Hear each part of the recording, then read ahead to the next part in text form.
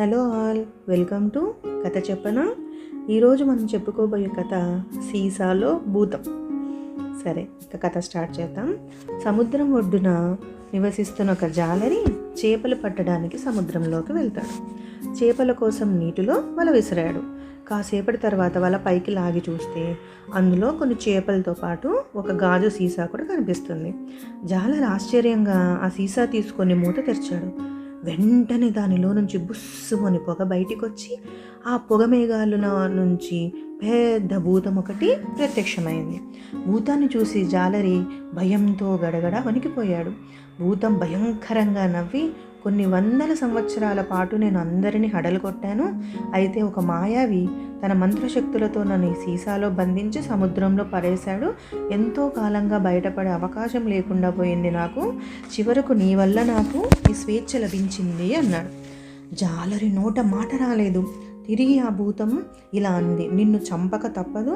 ఎందుకంటే ఈ సీసాలో నుంచి నేను బయటకు వచ్చిన విషయం నీకొక్కడికే తెలుసు.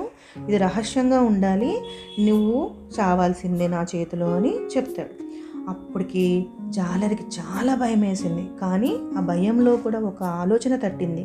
భూతం జాలరిని చంపడానికి సిద్ధమయ్యింది.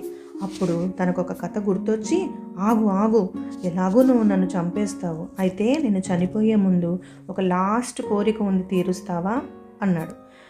సరే అయితే చెప్పు అని చెప్పి భూతం కోపంగా అంటుంది.